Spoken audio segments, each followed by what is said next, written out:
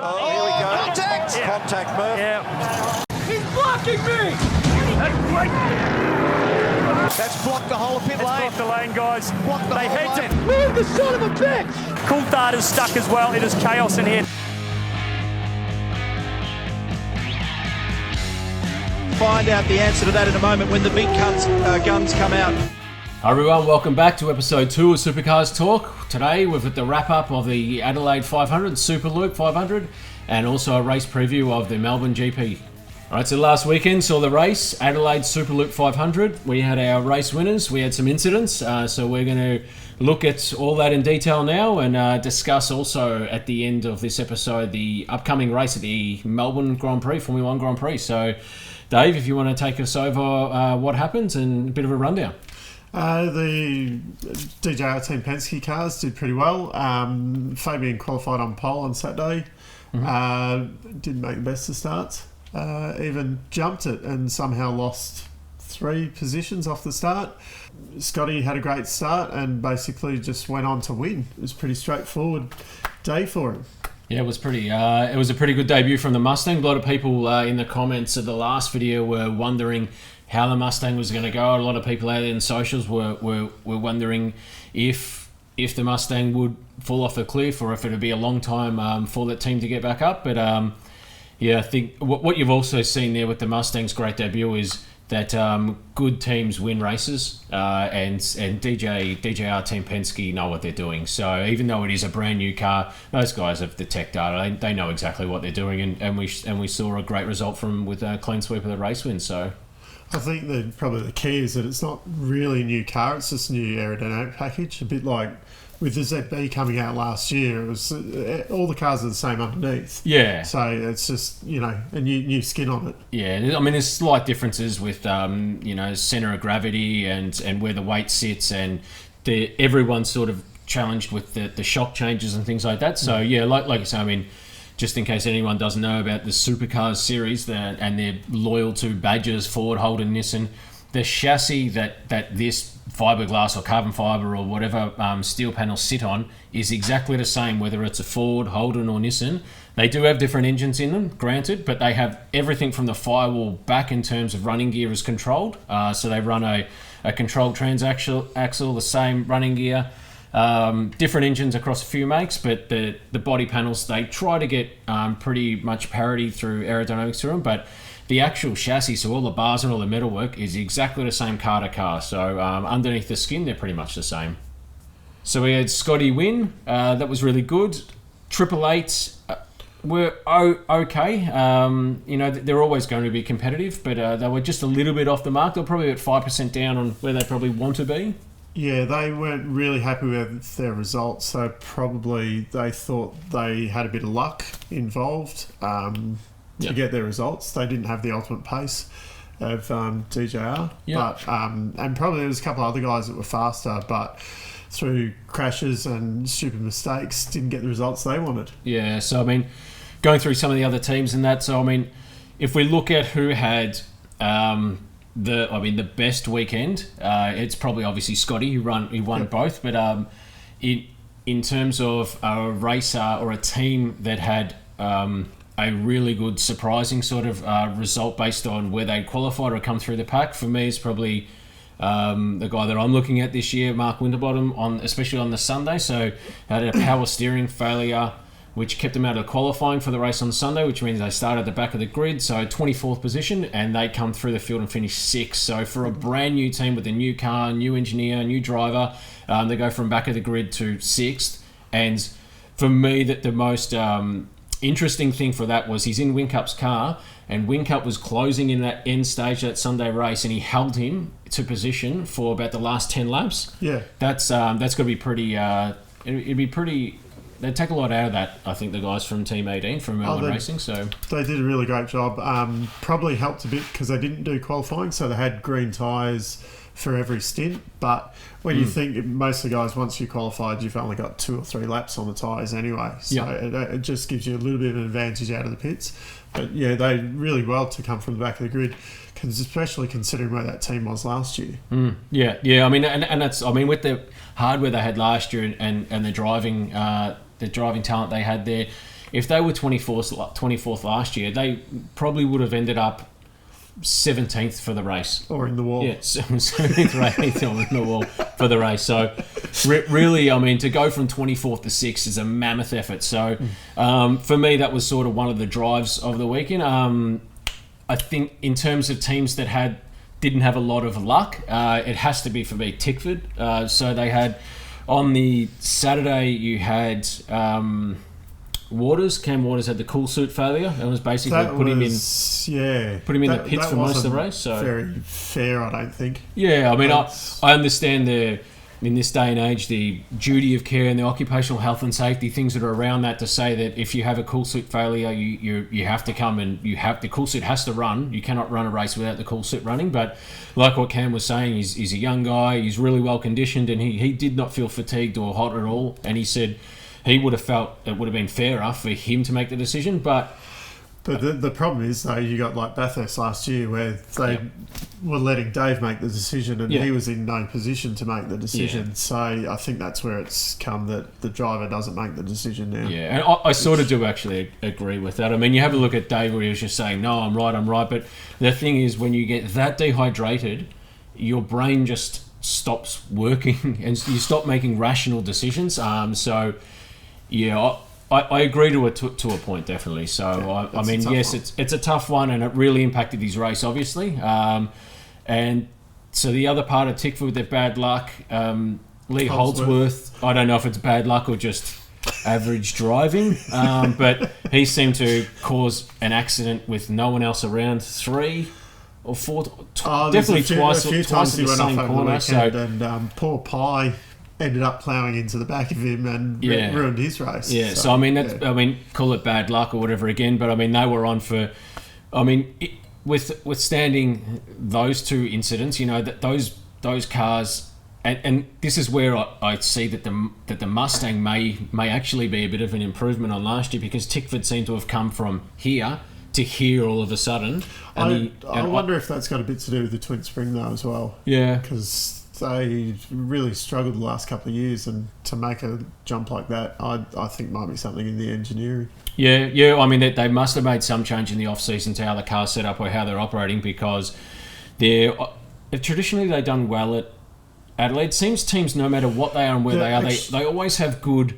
Tickford traditionally haven't done well at Adelaide. Okay, yeah. They've actually, I don't think they've ever won a race. I think they do well at the GP. They've always done pretty well at the GP. Very well at the GP. Yeah, so it always seems certain teams always do well at certain races. So it's funny, DJR traditionally hasn't done well at Adelaide, and then to go and dominate like that. Well, that's it. And really, if they didn't have the issues that they had, Tickford Racing probably would have been, 3, 4 and 5 just about, as well as... Yeah, I think you would have seen one of them on the podium each day, Yeah, so the other incident of bad luck was a bit of a kerfuffle in pit lane, where... a bit. At first, I think, was where... So Chaz Mostert overshot the marks, or he was trying to get around. I think the problem, because they were double stacking in the pits. Coulthard or something? Coulthard, DJR's in front. Yeah. Whoever was behind, I think their other Tickford cars. Yep. And Chaz ended up forward, so he couldn't get out around Fabian. Yep. They actually took a really long time before they just stood there looking at the car, and then they finally rolled it back and then said, yeah, he can go, and straighten the side of Kelly. Yeah, that's it. So they released him. So in terms of motorsport, I mean, I'm sure most people watching this understand a lot of the rules and regs, but you have to be released safely back into the fast lane in terms of in pit lane. So you have to be able to get out in front of the other car without... So as these two cars are overlapped, that would be unsafe to release them. So this car has to be clearly in front of that car when it's back up to speed for it to be what's deemed a safe release.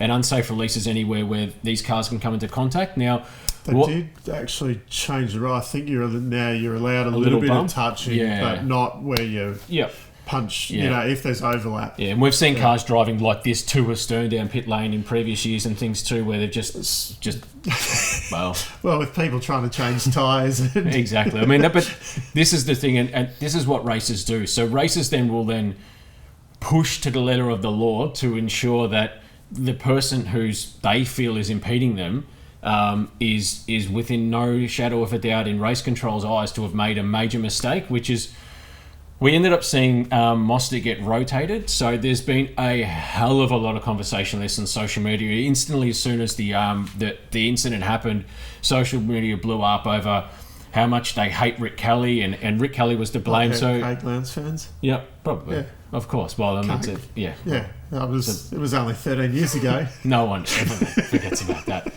No one ever forgets about that. Don't mention the war.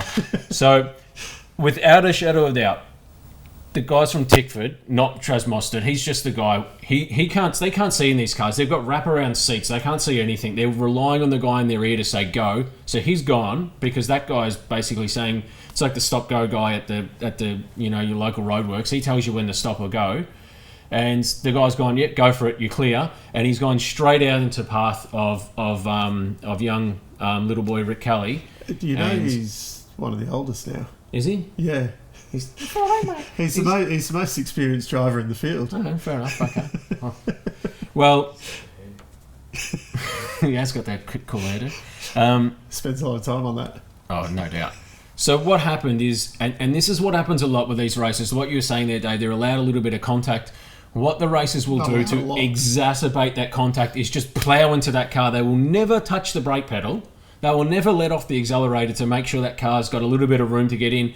As soon as they see that car's anywhere near crossing into what it might be termed unsafe release, they plough into that rear guard to make sure that the race controller goes, whoa, unsafe, get him out of it, because they would have been racing each other for position. Well, they were in good positions too. Exactly. So Chaz was probably second on the road and Rick was somewhere around fifth before the pit stops. No doubt, we've seen it that many times before. Someone gets released into the path of another car and they just plough into them. Now, I've seen... we saw the race vision behind it, and you did see Rick actually touch the brake a couple of times, but... You probably still had the throttle mashed. There's touching the brake and putting a little brake pressure on, and there's being able to pull the car up. I mean, I understand the car's doing 40 k's an hour, but these things pull up from 200 plus k's in an instant. If he wanted to stop the car, he could have stopped the car. He chose not to stop the car because I guarantee you he would have wanted to exacerbate the contact. If you were in his position, would you stop? I would have drilled into the back twice as hard. I would have even touched the brake twice. I would have kept going. I would have rotated him, then pushed in the rear guard, and then pulled him the other way around in pit lane, and then kept on driving. So I'm not blaming him for the contact. No question. Tickford had to blame for the contact, but if he did want to stop some of the contact, he could have, in his control, pulled back a bit, but the problem is, though, if he had stopped and let Chaz go, everyone would then be... Oh, no, you're soft. Why did you let him go? And soft, he's a you can never please anyone. So, I mean, had I been in that position as a racer, I probably would have drilled him too. And because of that's just the way the rules are set up, and that's the way they're trained. That if someone is coming into your lane while you're in there, do not let up, smack him. Make sure race control know, he was in the wrong. And... it was an unfortunate way. The right angle that it might have been on the just coming up to the limiter, so it might have been just spinning the tyres under the concrete or whatever, and it just pirouetted the car around, and that was it. So Chaz kept coming across though as well. Yeah, like the car controller, they let him go at the wrong time, but they should have been on the radio, stop, but they didn't tell him, so he just kept coming across because he was trying to get around Fabian. Because another car was coming into their pit, I think, as soon as Chaz left. So maybe the car controller was just like, just go, and then he was just focused on getting the next car on the right stop. So he's probably not doing it. And it was just... And that's why now I think Supercars have come out and say they may investigate closing pit lane during safety cars. This is another knee-jerk reaction. This is a NASCAR thing, isn't it? Oh, we tried this. It was early 2000s, and it was just an abs. What? Maybe we'll start racing on oval tracks. So we're going to drive straight, and then we're going to be turning to the left. Thunderdome. Round 1 next year. Have you seen the Thunderdome? I think there's more weeds growing out of the Thunderdome than there is asphalt anymore, which could just be like part of it. I mean, these are big cars. Commodores and Falcons, you can take them off road. Yeah, no problem. Oh, good. They're talking now. They're going to shut the pit lane, so you can't go into the pits when the safety car's out. Yep. Which that gives a massive free kick to anyone who's pitted just before the safety cars come out. So essentially what we had years ago, they had the pit window open on lap 3 and everyone would dive into the pits on lap 3 and the pit stops were meaningless. Yeah. Now, I've got an issue with the way the safety car is at the moment, but that's probably an argument for another day. I think this pit stop thing's just a knee-jerk reaction. I think they should leave the pit stop the way it is. Now, what I'd like to see and what I really like in NASCAR is I like people, even if you've been disadvantaged, someone spins you or whatever, I like everyone being on the lead lap. I would love to see something implemented throughout the whole race. I know they've changed something in the back end of the race or whatever, but I'd like that if a safety car comes out, that I'm sure they used to do it too, that they just let everyone that's a lap down go. And then they said it takes too much time to sort out. Well, they do it in Formula 1 now, and they piss around until the incident gets cleaned up, and then they let the cars because they know the cars that are going to go lap down, they're just going to go for it probably. And then that's the problem. And then you go around another 2-3 laps behind the safety car while the lap guys, trundle around. I mean, they should just be slow. The problem is that then the field bunches up, and I actually saw, who was it? Richie Stanaway on the weekend. He seemed to hold up everyone that came in. He thought he was in 21st position or something, or he was actually off the bottom of the screen in terms of race classification, just about, wasn't he? Or? They changed the totem this year, so it actually goes to 24. Okay, I think on Channel 10 it was only to 20, mate. So on Foxtel, live it in HD. Channel 10's broadcast are probably in 480p. Pissed me off the last few years, we've only had 26 cars, so they only showed 20 on the totem. This was only to 20. I can't see where Simona and Blanchard are. Yes. Whereas now we got 24, so I can check that Richie's I'm on the back row. 90% sure I saw Richie Stanaway hold up everyone. He really seemed to have a bit of a thing for the Tickford cars, though. He's not doing himself any favours for he pissed off his old team and the people that were there. Speaking of slowing down a Tickford car, how was when Rick came into the pits when he was broken and Chaz had to serve his... Remember me?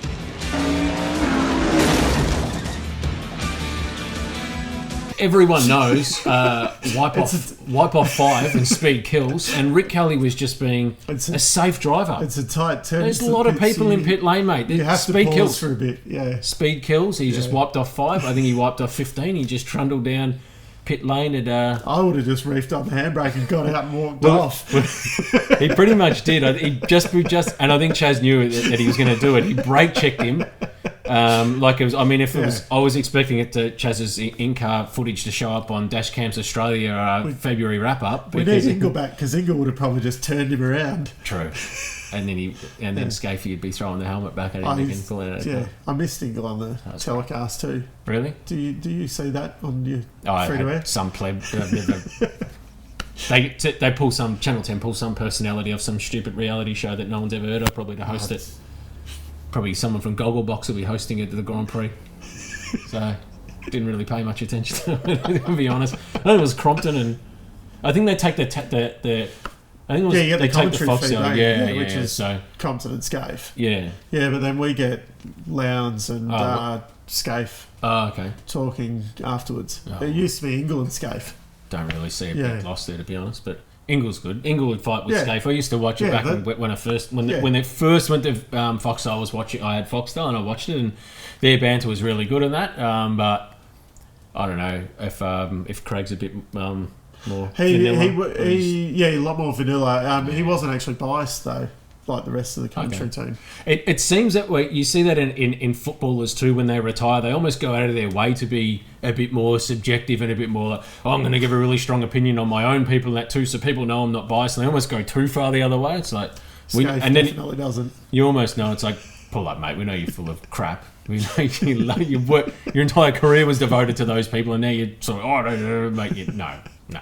All right, so that's pretty much it for Adelaide. I think we've covered everything we need to cover. Well done to Shell V-Power Racing and Scotty McLaughlin on his 2 wins, obviously leading the championship now. So turn our attention to Melbourne Grand Prix, which, unlike in other previous years, I think last year might have been the first year. So it's now an official round. So it used to be a demonstration round. people would go out, they'd really push the limits. They're probably at like 85%. They'd really test some things. But now it's sheep stations. It's for points. So you want to run us through some of the format of what we can expect when we look out for it on TV? 4 races over the weekend. Thursday we got practice and 2 qualifying sessions. Then Friday we got the 2 qualifying sessions and a race. So all the qualifying sessions actually happen before the racing, which is quite unusual in this game now. Yeah. So you sit there and you forget the grid for race 1 by the time it rolls around. Yeah. Saturday 2 races, and then Sunday's got the big long race before the Grand Prix. Are they allowed to change the car setup after Q4 on the Friday, or are they going to it's not like Formula 1. You can. I was going to say, because they do whatever. Which I mean, it's not a bad format really, because they can set it up for like to do that 1 killer lap, and then set the car up for a long race. So with only 2 practice sessions, but they're going to be pretty time limited to pick. They're probably going to have to pick the setup. Do we want to set this car up with our practice sessions for the race, or do we want to set it up for qualifying? Because it's pretty. Yeah.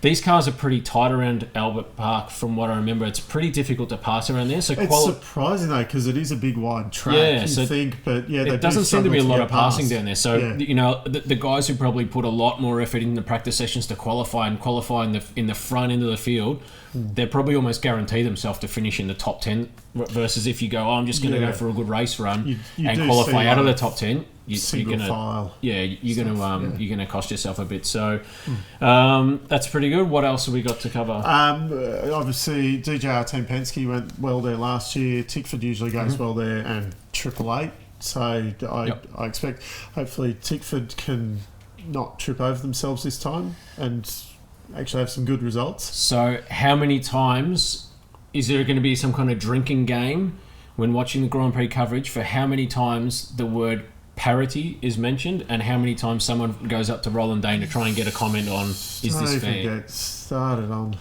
But then, having said that, everyone at the start of last year complained because Vandy Gisbergen won both races at Adelaide, and then some of them changed panels before the Grand Prix last year. Yeah, so they complained last year. The complaint was the Commodore had composite panels, where when they changed the FGX body style, Ford weren't allowed to. Well, I think the issue was with the roof on the Commodore, you couldn't actually use the original roof. Yeah. Where on the Falcons you could use the original roof, and then so the Commodore got a composite one, and the Falcon and the Nissan still had steel roofs. So I think the biggest argument now about fairness isn't the fact that they're using composite panels in the Mustang. It's that that they purposely built the Mustang from scratch almost, and that they've built it like what they do with drag racing cars as well. They build them light, and then that means you can place the weight where you want to get it up to a class weight.